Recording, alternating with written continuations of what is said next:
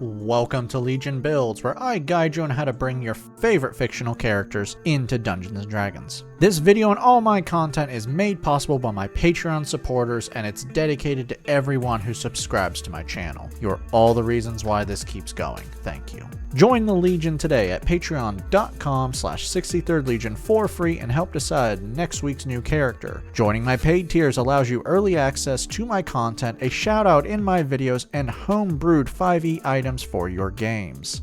Today we're building a truly tragic character. From Dead by Daylight, it's Carmina Mora, aka The Artist. Carmina was born to an abusive father who blamed her for every misfortune that befell the family, including the death of her younger brother. Now, she was innocent of any blame for everything he blamed her for, but this abuse took its toll on her. Broken and alone, Carmina decided to end her life, but at the last second was saved by a flock of crows. Empowered by a second chance, Carmina became a celebrated artist and counterculture figure that attempted to highlight injustice in the world. But this new life eventually drew the attention of those that would rather go unnoticed for their evil deeds. Taking their revenge by cutting off her hands, Carmina called out in pain for justice, and something answered. Once more, crows came to her rescue, but it didn't work out for how Carmina would have hoped. A massive swarm of crows descended upon her attackers, but also her friends. Seeing those she loved cut down in an act that would have liberated them broke Carmina more than anyone could understand, which finally made her ready for her place inside the entity's twisted realm.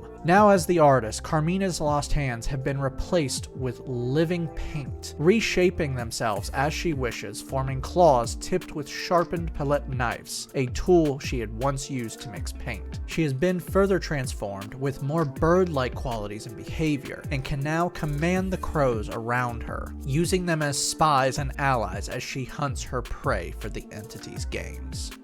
For today's build, we'll be using the Player's Handbook and Van Richten's Guide to Ravenloft. We're using standard point array to keep things simple, and we are multi-classing with several minimums, so if you use another system, pay attention. Make Charisma 15, Dex 14, Wisdom 13, Con 12, Intelligence 10, and we're going to dump Strength with an 8, as it's not really important for this build. Carmina was a human, but has been reborn. Yeah, you all should have seen where this is coming. You know me by now. Reborn from Van Richten's changes you to fit better into the entity's demented games. Ancestral Legacy grants you 2 skills of your former life. Take Performance and Perception. Deathless Nature makes you harder to kill. You no longer require air, food, or water to survive. You have resistance to poison damage, advantage on saving throws against poisons and diseases. You have advantage on death saves, and you no longer sleep and can't be put to sleep. Your long rests are 4 hours long, where you remain conscious of your surroundings. Knowledge from a past life lets you add a d6 to any skill check you make. You can do this a number of times equal to your proficiency bonus between long rests. To finish out your lineage, you know the language Common and 2 others of your choice. For background, place +2 into Dex and +1 into Charisma. For your origin feat, Magic Initiate grants you 2 cantrips and 1 first level spell of your choice from Cleric, Druid, or the Wizard spell lists. And then you choose your spellcasting modifier for those spells. With this feature, you can cast the first level spell once per long rest without a spell slot, or with a spell slot whenever you wish. For your spells, Mage Hand summons a crow out to 30 feet from you for 1 minute. This crow can perform simple tasks like open doors and windows, carry small objects that weigh no more than 10 pounds, or pour contents into a vial. Dancing Lights creates 4 crow-sized light sources out to 120 feet that fly about for 1 minute while you maintain the spell. Or you can combine them into one medium-sized dire crow. These crows shed light out to a 10-foot radius. As a bonus action, while the spell is active, you can move the crows up to 60 feet, but they must remain within 20 feet of each other. Find Familiar lets you call upon a crow to act as your familiar, though it is only a crow in appearance. In truth, it is either a fey, fiend, or celestial. Go with Fiend. This spell takes 1 hour to cast, so good thing you will only be casting it without a spell slot and not combat. While you have your familiar, you can telepathically communicate with it, and with an action, you can use its senses instead of your own. You can only have 1 familiar at a time, but you can use your action to dismiss it into a pocket dimension and summon back with another action. For your skills, grab Insight and Persuasion. For your bonus proficiencies, take Painter's Supply and Calligrapher's Supplies. Level 1 Warlocks start off with 2 skills. Take Intimidation and Investigation. You are proficient in simple melee weapons, light armor, and the saving throws, wisdom, and charisma. Eldritch Invocations gives you gifts from your patron. For this invocation, Pact of the Blade allows you to magically create any weapon you wish with a bonus action, or bond with a magical weapon. And while you would have to talk to your DM, I personally would not be against your hands becoming the weapon. You are always proficient with this weapon, and it acts as a spellcasting modifier for your warlock spells. You can also use your charisma for attack and damage with this weapon, and when you create it, you choose its damage type from radiant, necrotic, or psychic damage. Personally, I'd go with necrotic. Pact Magic makes you a half caster for the purposes of multi-classing with spellcasters. You will have very limited spell slots. You're going to start off with 2 cantrips and 2 first level spells. For your spells, Eldritch Blast sends out a crow-like bolt out to 120 feet and deals 1d10 force damage on a hit. Chill Touch slashes out at those trying to escape you, dealing 1d10 necrotic damage, and then stops them from regaining HP until the end of your next turn. Hex places a curse on one creature within 90 feet of you with a bonus action. For the next hour while you maintain this spell, each time you deal damage to a cursed creature, you will deal an extra 1d6 necrotic damage. Also, when you cast this spell, you choose one skill. The cursed creature now has disadvantage on that skill while the spell is active. If the cursed creature dies before the spell is up, you can use your bonus action to curse a new creature within 90 feet. Arms of Hadar unleashes a small swarm of crows around you, forcing a strength save from everyone within 10 feet from you, and dealing 2d6 necrotic damage on a failure. And now they can no longer take reactions until the start of its next turn. Level 2 Warlocks gain Magical Cunning. You can now call on your patron to return to you up to half your used spell slot once per long rest, which is 1. Yeah, you only have 2 spell slots. You also gain 2 more invocations. For your invocations, Agonizing Blast allows you to add your charisma modifier to the damage of 1 damage-dealing Warlock cantrip. Place this onto Chill Touch. Armor of Shadows lets you cast Mage Armor without a spell slot. This gives you an AC of 13 plus Dex for 8 hours when you're not wearing armor. For your new spell, Cause Fear targets one creature within 60 feet and awakens dread within them, forcing a wisdom save. Should they fail, they are now frightened of you for 1 minute while you maintain the spell. At the end of each of their turns, they may attempt to end the spell by retaking the save. A frightened creature has disadvantage on skill checks and attack rolls while they are within line of sight of what is causing the frightened condition, and can't willingly move closer to what is causing the frightened condition.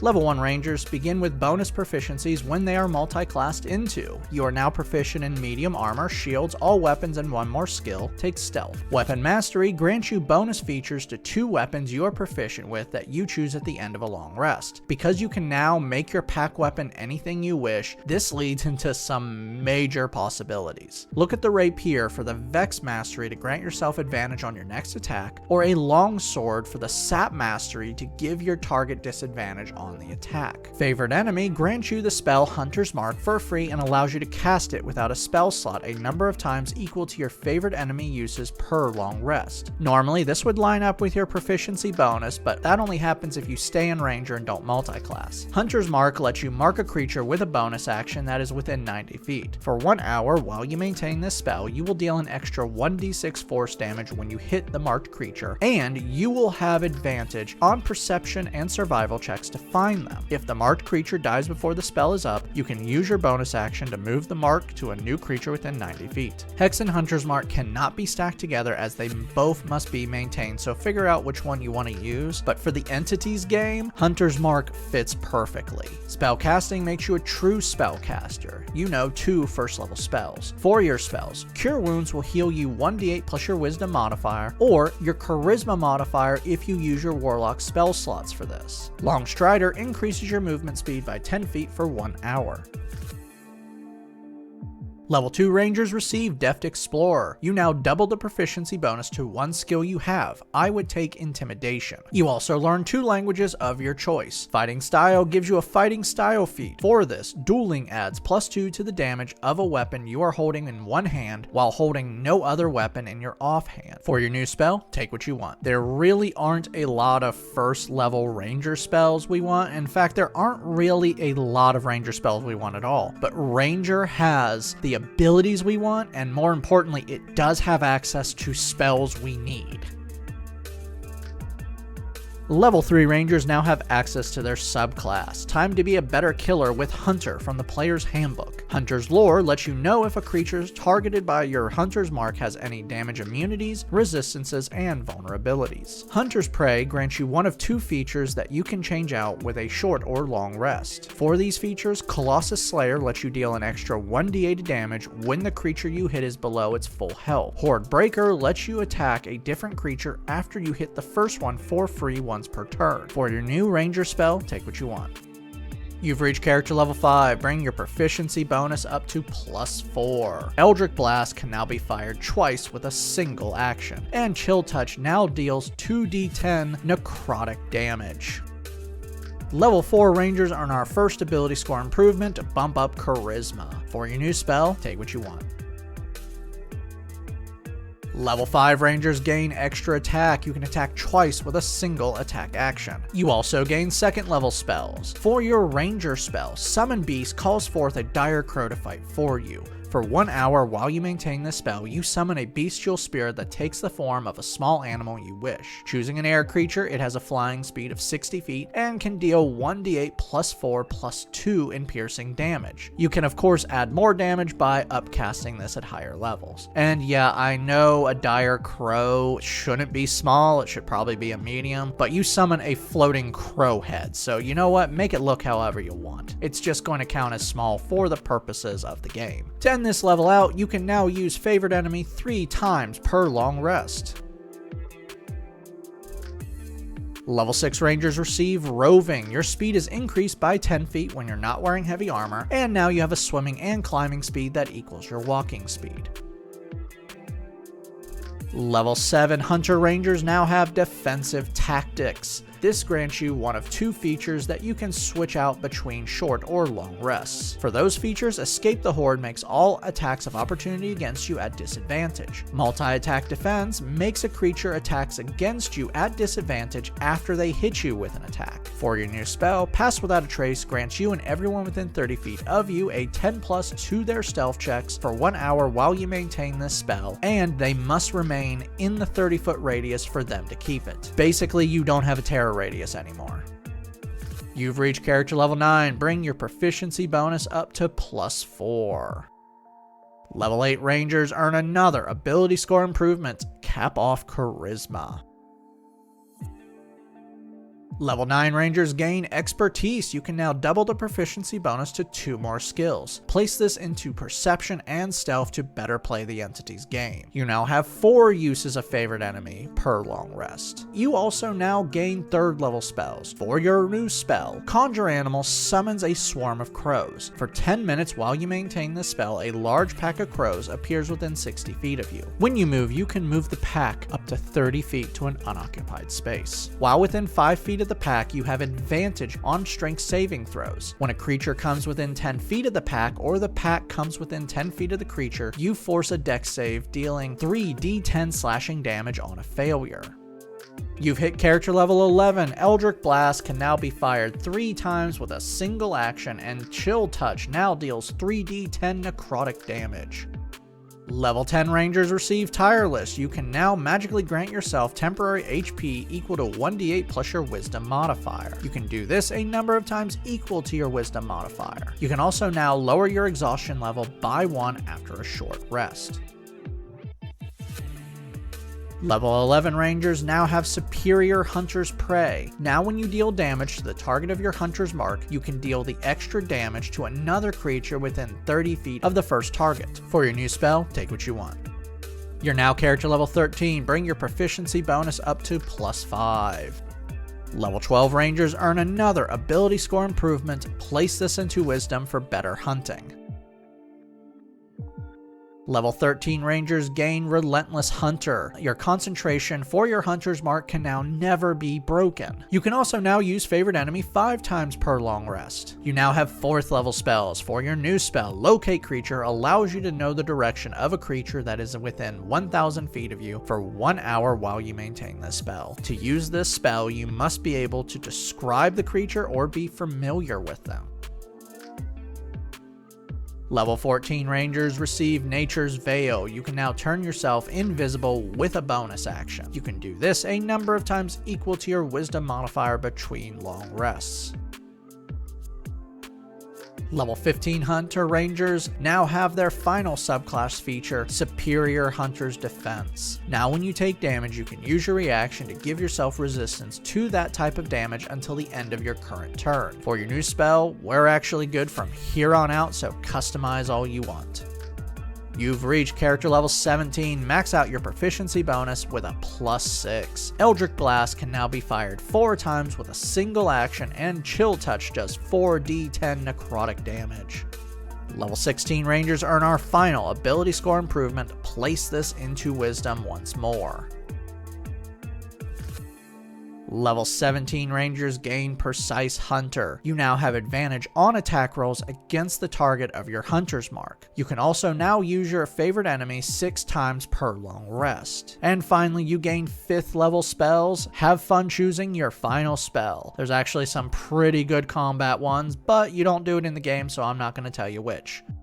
Our final level is level 18 Rangers, and now you have Feral Senses. You now have Blind Sight out to 30 feet. Now that we've hit level 20, let's recap. Your stats are Strength 8, Dex 16, Con 12, Intelligence 10, Wisdom 17, Charisma 20. Your total levels are Warlock 2, Ranger 18.